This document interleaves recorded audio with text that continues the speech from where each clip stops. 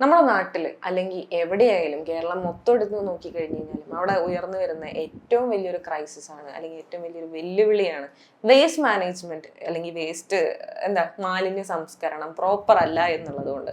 അതുകൊണ്ടുണ്ടാവുന്ന ബുദ്ധിമുട്ടുകൾ ചില്ലറയൊന്നും അല്ലല്ലോ. നമുക്ക് രോഗങ്ങൾ വല്ലാതെ വരുന്നു, അതല്ലാതെ നമുക്ക് നമ്മുടെ പൊതുനിരത്തുകൾ വേസ്റ്റ് കൊണ്ട് നിറയുന്നു. അപ്പം ഇപ്പോ ഇതിനൊരു ഒരു വിരാമം സൃഷ്ടിക്കാൻ എന്ന പോലെ വിരാമം ആവുന്നൊന്നും എനിക്ക് തോന്നുന്നില്ല. കാര്യം ഇതിനു മുൻപ് ഇതുപോലത്തെ പലതും വന്നിട്ടും ഇപ്പോഴും സ്റ്റിൽ അത് കണ്ടിന്യൂ ചെയ്യുന്നുണ്ട്. വോട്ടെവർ അതിനൊരു വിരാമം സൃഷ്ടിക്കാനുള്ള ഒരു ശ്രമമായിട്ട് തിരുവനന്തപുരത്ത് അതായത് വലിച്ചെറിയൽ നിർത്തലാക്കിക്കൊണ്ടുള്ള ഒരു ഒരു രീതി അവര് ഇൻവെന്റ് ചെയ്യാൻ പോവാണ്. അത് കണ്ടിരുന്നു ആ വാർത്ത കണ്ടിരുന്നു. പക്ഷെ ഞാൻ ആലോചിക്കുന്നത് എങ്ങനെയാണ് ഇത്, എത്രത്തോളം പ്രാക്ടിക്കാലിറ്റി ആണ് ഞാൻ ഇതിനെപ്പറ്റി ആലോചിക്കുന്നത്. കാരണം ഒന്ന്, നമ്മുടെ കേരളത്തിൽ അല്ലെങ്കിൽ ഈ രാജ്യത്തിന്റെ മുഴുവനുള്ള ഒരു പ്രശ്നമാണ് ഈ പ്രോപ്പർ വേസ്റ്റ് മാനേജ്മെന്റ് ഇല്ല. ഞാൻ അത്ഭുതപ്പെട്ടിട്ടുണ്ട്. നമ്മൾ പല ട്രാവൽ വീഡിയോസ് കാണുമല്ലോ, അപ്പൊ പ്രത്യേകിച്ച് യൂറോപ്യൻ രാജ്യങ്ങള് അല്ലെങ്കിൽ പല സ്കാൻഡിനേവിയൻ രാജ്യങ്ങൾ ഇതൊക്കെ നോക്കുമ്പോഴത്തേക്ക് ഇവിടെ ഒന്നും റോഡുകളിൽ ഈ വേസ്റ്റോ അങ്ങനെ ഒന്നുമില്ല. ഇവരെന്തായിരിക്കും ഇതുകൊണ്ട് ഈ വേസ്റ്റ് കൊണ്ട് ഇവരെന്താ ചെയ്യാന്ന് ഞാനിങ്ങനെ ആലോചിക്കാറുണ്ട്. ഇന്നലെയും നമ്മൾ ഇതിനെപ്പറ്റി മറ്റൊരു വിഷയത്തിൽ സംസാരിച്ചു പ്രതിപാദിക്കുകയുണ്ടായി അതിനകത്ത് ഈ ഒരു കാര്യം. അപ്പം ഞാനും ചോദിച്ചിരുന്നത് ഇതേ സംശയമായിരുന്നു. കാര്യം ഈ യൂറോപ്യൻ കൺട്രീസിലൊക്കെ ഉള്ള പൊതുനിരത്തുകളിൽ നമുക്ക് ചെരുപ്പ് പോലും ഇടാതെ ഓടി നടക്കാം.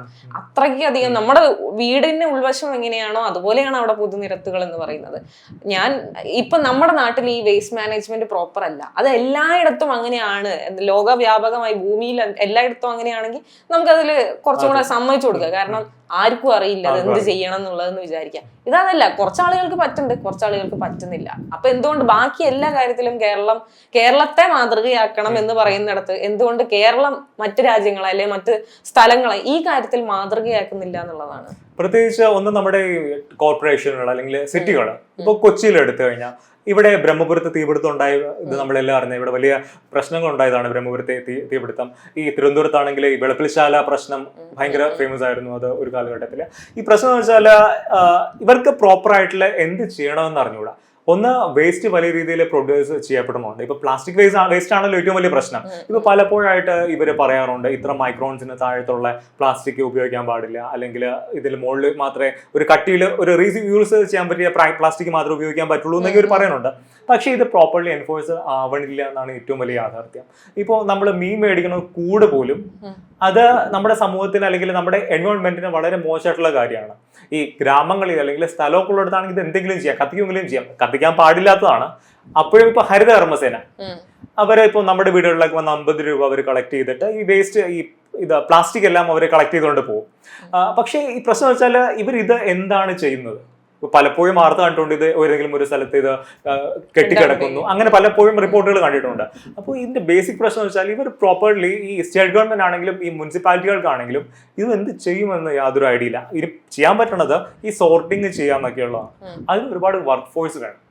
കാരണം ഇപ്പോൾ ഓരോ വേസ്റ്റുകളും ഈ മാനുവലായിട്ട് ഇത് സോർട്ട് ഔട്ട് ചെയ്തു, അല്ലെങ്കിൽ പ്ലാസ്റ്റിക് വേസ്റ്റ് ഒരു സ്ഥലത്ത്, അല്ലെങ്കിൽ ഈ ഡീകമ്പോസ്റ്റ് ചെയ്യാൻ പറ്റിയ വേസ്റ്റ് വേറൊരു സ്ഥലത്ത്, ഫുഡ് വേസ്റ്റ് ഒക്കെ വേറൊരു സ്ഥലത്ത്, അങ്ങനെ ബാക്കി കുറെ വേസ്റ്റുകൾ വേറെ സ്ഥലത്ത്, ഇങ്ങനെ ഈ സെഗ്രിഗേറ്റ് ചെയ്യാനൊക്കെ ഒരുപാട് ആൾക്കാരെ നമുക്ക് ഒരു പരിധിക്ക് അപ്പുറം അവരെ ഇതിനിപ്പം തൊഴിലാളികളെ നിയമിച്ചു എന്ന് തന്നെ ഇരിക്കട്ടെ, നമുക്ക് അവരൊരു പരിധിക്ക് അപ്പുറം നിർബന്ധിക്കാനോ അല്ലെങ്കിൽ നമുക്ക് അതിനെ ഫോഴ്സ് ചെയ്യാനായിട്ട് പറ്റില്ല എന്നുള്ളതാണ്. കാര്യം നമ്മുടെ തന്നെ വീടുകളിൽ അല്ലെങ്കിൽ നമ്മൾ ജോലി ചെയ്യുന്ന സ്ഥലങ്ങളിൽ നമ്മൾ ഉച്ച സമയത്ത് ഭക്ഷണം കഴിച്ചു കഴിഞ്ഞാൽ ആ വേസ്റ്റ് അങ്ങനെ തന്നെ കെട്ടിയിട്ട് അവിടെ കൊണ്ടുപോയി കൂട്ടി വലിയൊരു കൂനയാക്കി മാറ്റാണ്. ഇവര് വന്നു കഴിഞ്ഞ് ഹരിതകർമ്മസേനയാണെങ്കിൽ പോലും അവര് വന്ന് എപ്പോഴും അവരൊരു മാസം കൂടുമ്പോഴോ 2 മാസം കൂടുമ്പോഴോ ഒരു മാസം കൂടുമ്പോൾ വരുന്നു.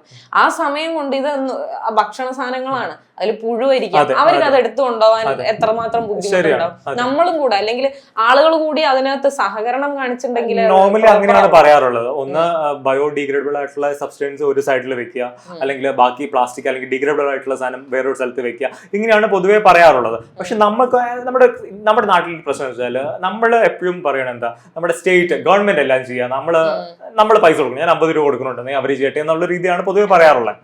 ആ ഒരു മാറ്റം നമ്മളും യൂറോപ്യൻസ് തമ്മിലുള്ള വ്യത്യാസം അതാണ്. ബേസിക്കലി അവർ കുറെ കൂടെ അവരുടെ രാജ്യത്തോടോ അല്ലെങ്കിൽ സൊസൈറ്റിയോട് കൂടെ കമ്മിറ്റ്മെന്റ് അവർക്കുണ്ട്. ആ കമ്മിറ്റ്മെന്റ് ആണ് ബേസിക്കലി അവരുടെ ഈ പൊതുനിരത്തുകളെയൊക്കെ വൃത്തിയായിട്ട് ഇടുന്നത്. ഇവിടെ എന്ന് വെച്ചാൽ എന്താ, അങ്ങ് എടുത്തെറിയുക. അവര് തന്നെ കൃത്യമായിട്ട് നമ്മളോട് പറയുന്നുണ്ട് ഓരോ മാസം വരുന്ന സമയത്ത് വേസ്റ്റ് എടുക്കാൻ വരുമ്പോൾ ഈ ഹരിത കർമ്മസേനക്കാർ പറയുന്നുണ്ട്. അതായത് ഇപ്പൊ പാലിന്റെ കവറാണെന്നുണ്ടെങ്കിൽ അത് കഴുകിയിട്ട് ഒന്ന് വെച്ച് കഴിഞ്ഞ് കഴിഞ്ഞാൽ എടുത്തോണ്ട് പോകാൻ സുഖമായിരിക്കും. അതേപോലെ ഈ ഫുഡ് വേസ്റ്റുകൾ മാറ്റിയിട്ട് ഈ അലുമിനിയം ഫോയിലിന്റെ പാത്രങ്ങളിലൊക്കെയാണല്ലോ ഭക്ഷണം വാങ്ങിക്കുന്നത്, അതിൽ നിന്ന് അത് കളഞ്ഞിട്ട് അത് വേറെ ഇത് വേറെ ഇട്ട് വെച്ച് കഴിഞ്ഞാൽ അങ്ങ് കൊണ്ടുപോകാൻ സുഖമായിരിക്കും. അങ്ങനെ വെച്ചാൽ മതി എന്ന് പറഞ്ഞു കഴിഞ്ഞാലും ആളുകളുടെ മടി കാരണവും അവരത് കെട്ടിപ്പൊന്നി ഒന്നായിട്ട് അവിടെ വെക്കും. ഇപ്പൊ ബേസിക്കലി മുനിസിപ്പാലിറ്റികളിലും കോർപ്പറേഷനിലൊക്കെ ഡെയിലി വന്ന് കളക്ട് ചെയ്യുന്ന പരിപാടിയാണ് ഉള്ളത്. അപ്പൊ ഇതിനകത്ത് പ്രശ്നം വെച്ചാൽ ചില ദിവസം ഇവർ വരില്ല, അങ്ങനത്തെ ഇഷ്യൂസ് ഉണ്ടാവുന്നുണ്ട്. അത് നോർമൽ സത്യമാണത്. അപ്പോ ഒരു വീടുകൾ 3-4 പേര് താമസിക്കുന്ന ഒരു സിറ്റിയിലെ ഒരു വീട്ടില് ഒരു ദിവസം ഇവർ വന്നില്ലെങ്കിൽ വലിയ ഇഷ്യൂസ് ആണ്. ഇത് എന്തെങ്കിലും ചെയ്യണമല്ലോ. അപ്പോഴാണ് ഇത് പൊതിഞ്ഞു വെട്ടി അവർ നടക്കാൻ പോകുമ്പോൾ റോഡ് സൈഡിൽ കൊണ്ട് ഇപ്പൊ നമ്മൾ ട്രാവൽ ചെയ്യുമ്പോൾ കാണാം, ഇത് ഉൾപ്രദേശമൊക്കെ ആണെങ്കിൽ എല്ലായിടത്തും ഈ CCTV ക്യാമറ വെച്ചിട്ട് പറയും ഇവിടെ മാലിന്യം നിക്ഷേപിക്കാൻ പാടില്ല, നിങ്ങൾക്കെതിരെ നിയമ നടപടി ഉണ്ടാവും എന്നൊക്കെ അവർ എഴുതി വെക്കും ബോർഡിൽ. അതിനുള്ള റീസൺ ഇതാണ്. ഒന്ന്, ഈ സാധനം ഒരു ദിവസം കഴിയുമ്പോൾ തന്നെ ഇത് ചീഞ്ഞു തുടങ്ങും. പിന്നെ ഒരു ഫാമിലി ആണെങ്കിൽ ഇത് അവർക്ക് വെക്കാൻ പറ്റില്ല. അത് അപ്പൊ നാച്ചുറലി ഇവർ അടുത്ത വഴി തേടണം ഇതാണ്, എവിടെയെങ്കിലും കൊണ്ട് ഡംപ് ചെയ്യാന്നുള്ളത്. അതിപ്പോ നമ്മുടെ നാട്ടിലേക്ക് ഒരുപാട് സ്ഥലങ്ങൾ വെറുതെ കിടക്കുന്നുണ്ട്. റോഡ് ഒറ്റയേറാണ്, നമുക്ക് നാട്ടിൽ മൊത്തം ക്യാമറ വെക്കാൻ പറ്റില്ലല്ലോ. അപ്പൊ ഇതിന്റെ വേറൊരു പ്രശ്നം വെച്ചാൽ ഇതിനകത്ത് ഭക്ഷണ സാധനങ്ങൾ ഉണ്ടാവും, അതില് പട്ടി അല്ലെങ്കിൽ അതുപോലെ സാധനങ്ങളൊക്കെ വന്ന് കഴിക്കും, അത് മൊത്തം അവിടെ മറ്റു വലിയ വിഷയത്തിലേക്ക് എക്സാക്ട്ലി. അപ്പോൾ ഏറ്റവും വലിയ പ്രശ്നം തെരുവുനായ ശല്യം കേരളത്തിൽ വളരെ കൂടുതലാണ്. ഇപ്പൊ ഇടയ്ക്ക് ഭയങ്കര വാർത്തയായിരുന്നു അത് ഒരുപാട്. ഇപ്പൊ കഴിഞ്ഞ ദിവസം തന്നെ ആലപ്പുഴയില് ഒരു വീട്ടിലെ ഒരു സ്ത്രീയെ കടിച്ചു, അവർ മരിച്ചുപോയി എന്ന് പറഞ്ഞ വാർത്ത ഉണ്ട്. അപ്പോൾ ബേസിക്കലി ഇതിനകത്ത് പ്രശ്നം എന്ന് വെച്ചാൽ നമ്മൾ ഒരു കാര്യം ചെയ്യുമ്പോൾ അതിന്റെ ഒരു ബാക്കിയുള്ള ഒരുപാട് പ്രശ്നങ്ങൾ.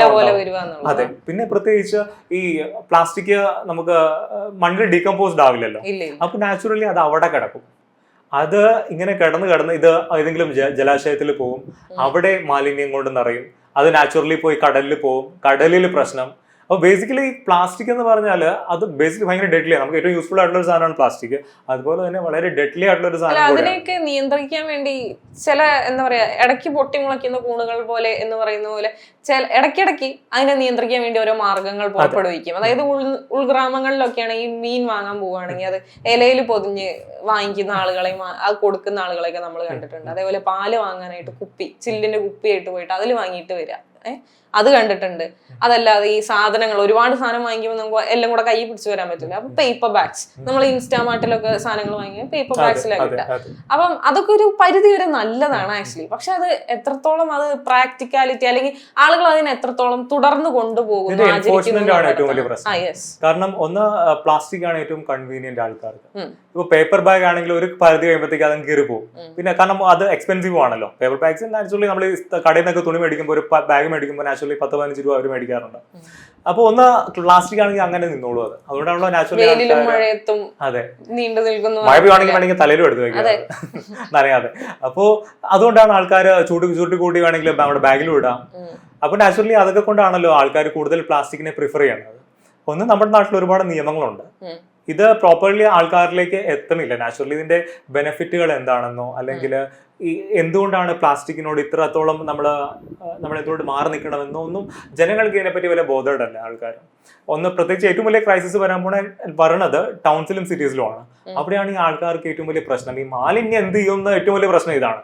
അപ്പോൾ ഗവൺമെന്റ് ചെയ്യാൻ പറ്റുകയെന്ന് വെച്ചാൽ ഒന്ന് റൊട്ടീൻലി ഇവരുടെ അടുത്തുനിന്ന് മാലിന്യം എടുക്കുക, അതിന് പ്രോപ്പർ ആയിട്ടുള്ള മെക്കാനിസം വേണം. അത് എടുത്തിട്ട് നാച്ചുറലി ഈ കൂന കൂട്ടിയിടുന്ന പരിപാടിയാണെങ്കിൽ അത് ഭയങ്കര പ്രശ്നമാണ് അവിടെ. കാരണം നമ്മൾ മാലിന്യം ഇങ്ങനെ കൂട്ടിയിടുമ്പോഴത്തേക്ക് അത് നാച്ചുറലി മഴയൊക്കെ പെയ്യുമ്പോഴത്തേക്ക് വെള്ളം താഴത്തേക്ക് പോകാൻ പോണേ, ഗ്രൗണ്ട് വാട്ടർ കംപ്ലീറ്റ് ഇഷ്യൂസ് ഉണ്ടാവും. അപ്പോൾ അങ്ങനത്തെ പ്രശ്നം വരുമ്പോഴത്തേക്കും വലിയൊരു ഇക്കോളജിക്കൽ ഡിസാസ്റ്ററും ഇതിന്റെ പിന്നിലുണ്ട്. അപ്പോൾ അതുകൊണ്ട് തന്നെ ഈ ഗവൺമെന്റ്സ് ആണെങ്കിലും ഇതിന് പ്രോപ്പർ ഒരു പോളിസി ഉണ്ടാവണം. എന്ത് ചെയ്യും? ഒന്ന്, നമ്മുടെ മാലിന്യങ്ങൾ കുറയാൻ പോണില്ല, പോപ്പുലേഷൻ കൂടുന്നതനുസരിച്ച് മാലിന്യവും കൂടും. അതിന് എന്ത് ചെയ്യാൻ പറ്റുമെന്ന് ആദ്യം തന്നെ പ്രോപ്പർ അതെ. എന്നിട്ട് സിവിൽ സൊസൈറ്റീസിനെ, ഓർഗനൈസേഷൻസിനെ, NGOസിനെ ഒക്കെ ഇതിന്റെ ഒരു ഇത് പാർട്ടാക്കി മാറ്റണം. എന്നാൽ മാത്രമേ നമുക്ക് എന്തെങ്കിലും ഇക്കാര്യത്തിൽ ചെയ്യാൻ സാധിക്കൂ. തിരുവനന്തപുരത്ത് ഇപ്പം നമ്മൾ സംസാരിച്ച് തുടങ്ങിയത് അവിടെയാണ്. തിരുവനന്തപുരത്തുകാർ ആക്ച്വലി ഈ വലിച്ചെറിയൽ വിരാമം കൊണ്ടുവരാൻ വേണ്ടി അല്ലെങ്കിൽ വലിച്ചെറിയൽ വിരുദ്ധാചരണം എന്താ പറയാ പ്രാബല്യത്തിൽ കൊണ്ടുവരാൻ വേണ്ടിയിട്ട് ഒരു പുതിയ പദ്ധതികൾ ആരംഭിക്കുകയാണ്. അത് ഓരോ ഇപ്പൊ ആളുകൾ വേസ്റ്റ് വലിച്ചെറിയുന്ന ചില മുക്കുകൾ ഉണ്ടാവില്ല, അല്ലെ വളവുകൾ ഉണ്ടാവില്ല റോഡിന്റെയൊക്കെ, അവിടെയൊക്കെ CCTVകൾ സ്ഥാപിക്കുക. അതൊക്കെ മുൻപും ചെയ്തതാണ്. എന്നിരുന്നാൽ പോലും സസ്റ്റൈനബിൾ ആവുമെന്നാണ് നമുക്ക് കാണേണ്ടത്.